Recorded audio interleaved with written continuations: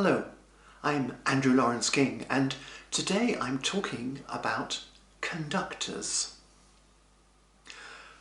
We might not think of a conductor as being an early music instrument, but there's not much point in having an ensemble with period instruments and singers who are historically informed, only to direct them using post-romantic modern techniques. The origin of our modern term conductor is in medieval Latin conductus. This is music written in a rhythmic style to keep everybody together as they walk around the church. For this conductus music, they wrote texts in strong rhythms that would suit this kind of rhythmic music. And once you're singing rhythmically, it's easier to improvise polyphony.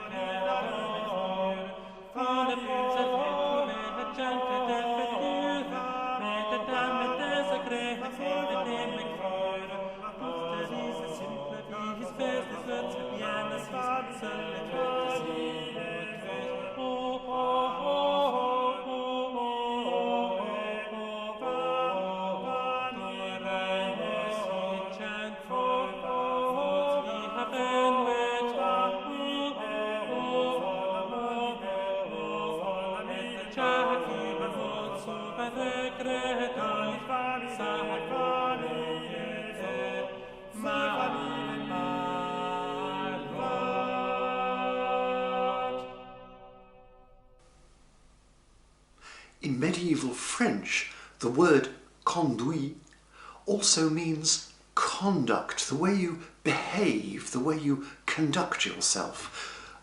The Psalms say we should walk in the way of the Lord and not in the way of the ungodly.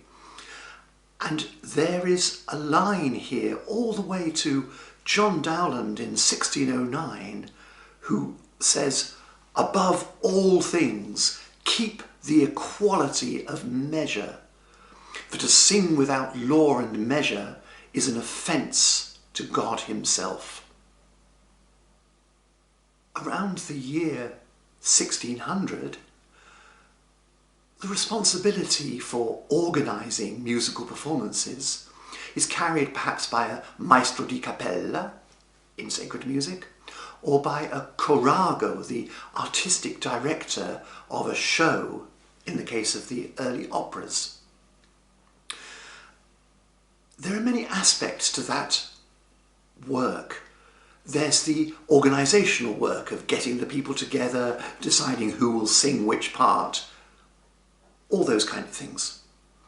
There's also the work of teaching the style and making artistic decisions. I'm not talking about those aspects of the director's job, but rather about what one actually does during the performance or during a run-through in rehearsal while making music. So I'm thinking of the conductor's hand as an early instrument which we can use with historical techniques. There are two questions here.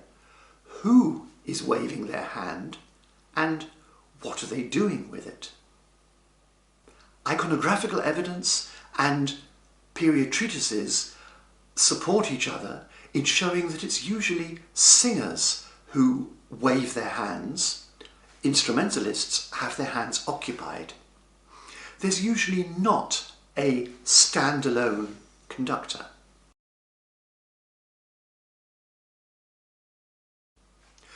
The essential movement is down and up, with the palm outwards. There are several variations described in various treatises, but the majority of descriptions show this simple down and up.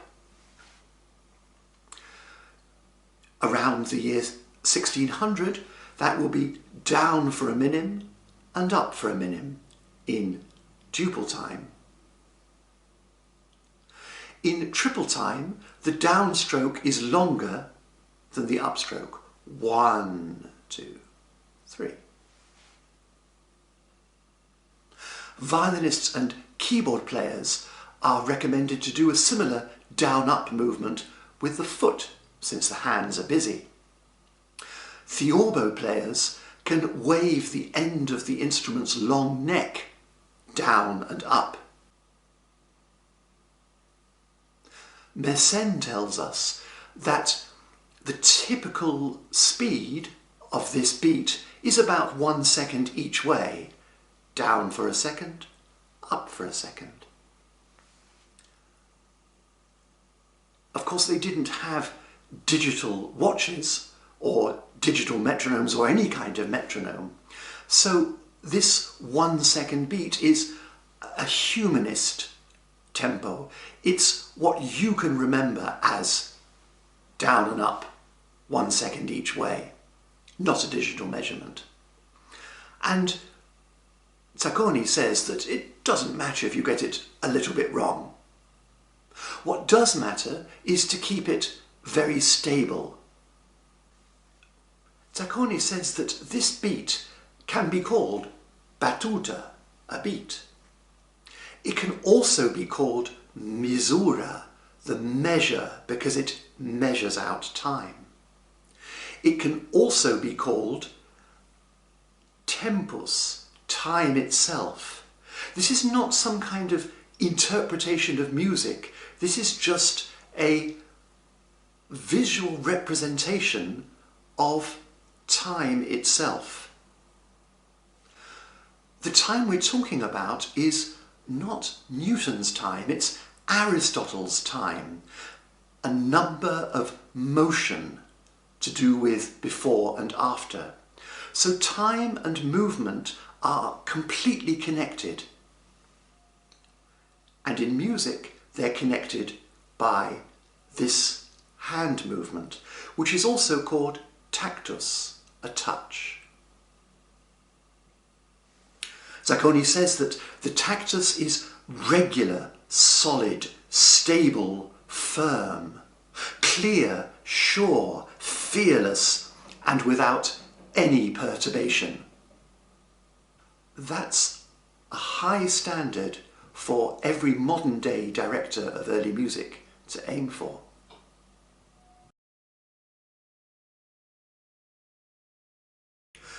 The person who administers the tactus is not necessarily the director, in the same way that the person with their hands on the wheel of a ship is not necessarily the captain. It's just a steers person. Similarly, in the theatre director himself is not necessarily going to be standing backstage with a headset running the show in real time. It changes our experience of making music if the job of keeping regular time is given to a rank and file singer or musician.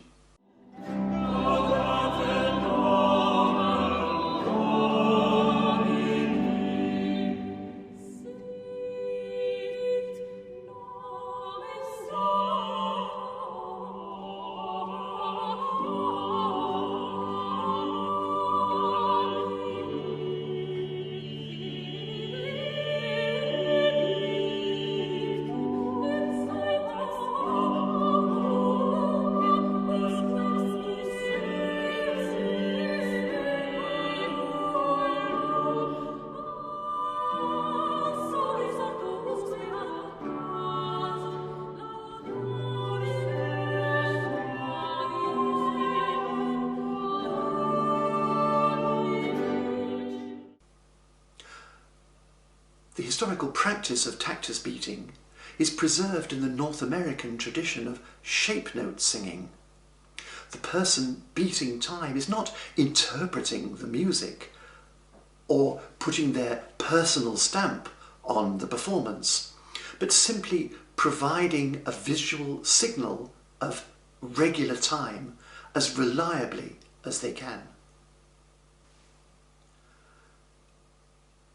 The historical philosophy of the music of the spheres says that the music we play and sing here on earth is an imitation of the heavenly music created by the perfect movement of the stars and heavenly bodies. So this movement that we make with our hands is an imitation of the hand of God turning the wheels of the universe. This perfect heavenly music and our earthly music making were also related to the harmonious nature of the human body, a microcosm of the entire creation.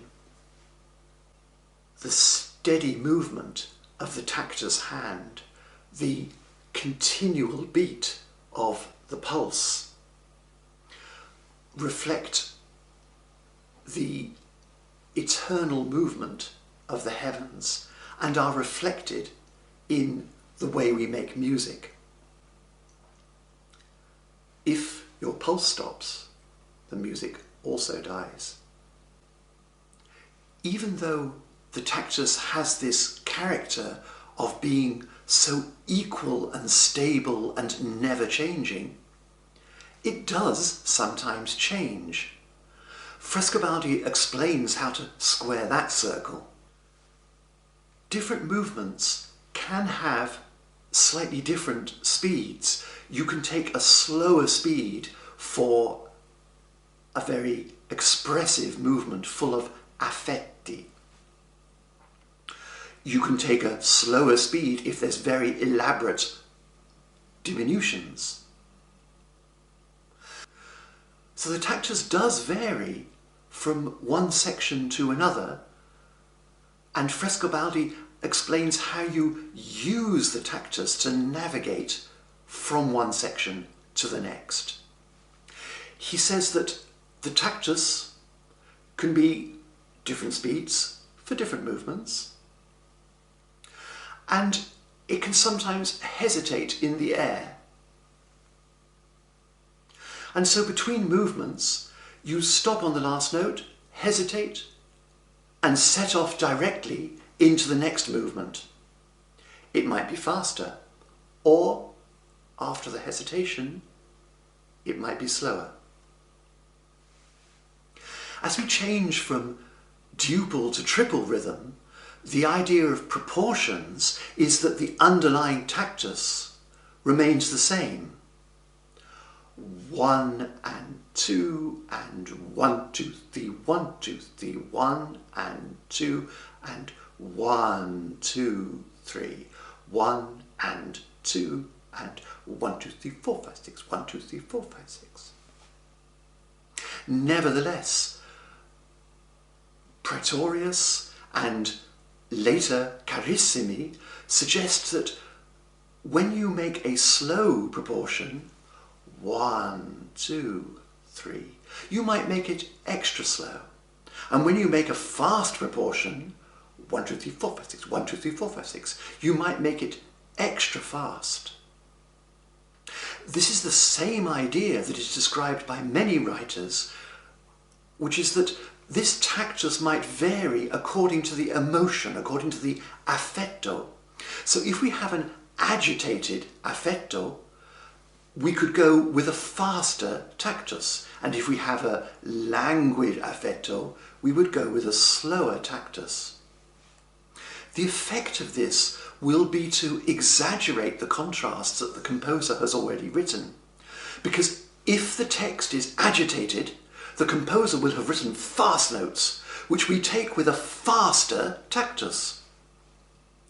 If the text is languid, the composer will have written slow notes, and we take those with a slower tactus. For this reason, the adjustment of the tactus from one movement to another will tend to be a tweaking of the tactus, just a subtle change. If the composer wants the music to go twice as fast, he can just write it in smaller note values. Different genres of music require different solutions for tactus beating. Music for multiple choirs might have multiple tactus beaters relaying the beat across the distance from one choir to another.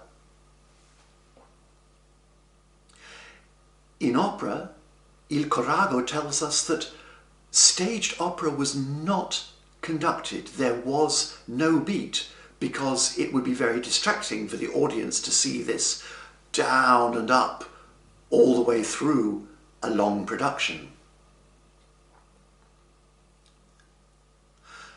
Agazzari tells us that in large-scale concerted music, it's the continuo instruments who support and guide the whole ensemble of instruments and voices.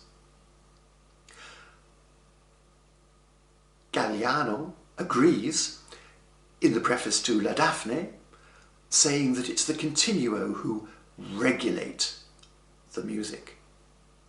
Where we have a violin band, the first violin might take responsibility for maintaining the tactus.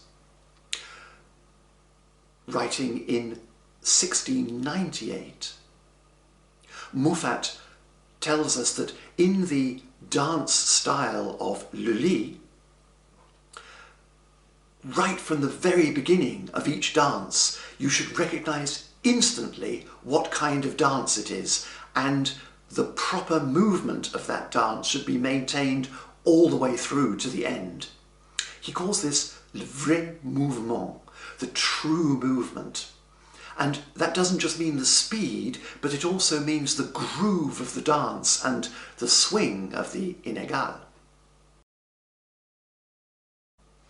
In the middle of the 18th century, Carl Philipp Emanuel Bach says that the harpsichord is the ideal instrument for directing. We should be careful about his meaning here. Sometimes in modern-day concerts, we see somebody directing from the harpsichord by using modern conducting whilst the instrument functions as a very expensive music stand. This is not what Carl Philipp Emanuel meant. When we direct from the first violin, from the theorbo, from any continuo instrument, we direct not by waving our hands, but by the way we play. Il Corago says that a continuo player can give a couple of beats at the beginning of a concerted movement to get everybody started.